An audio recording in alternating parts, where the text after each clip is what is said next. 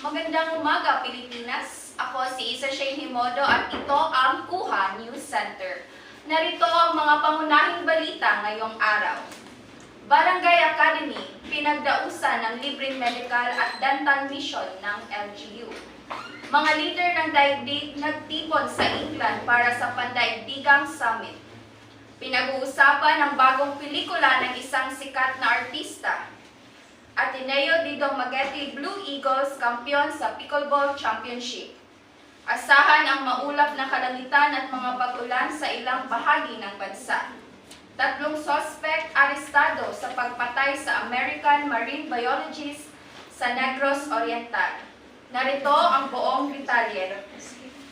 Magsimula tayo sa lokal na balita. Narito si Jane Mary Ferolino. Jane? Magandang August sa inyong lahat. Naglunsad ngayong araw na ang lokal pamalaan na libre medical at dental mission para sa mga residente ng Barangay Academy. Dahil dyan, mamayang ang nakinabang sa libreng konsulasyon, gamot at check-up. Layunin nga programa na malapit ang celebration pagkalusugan sa komunidad. Ito sa Jane Ferrerino, balik sa studio. Maraming salamat sa iyo, Jane. At para naman sa balitang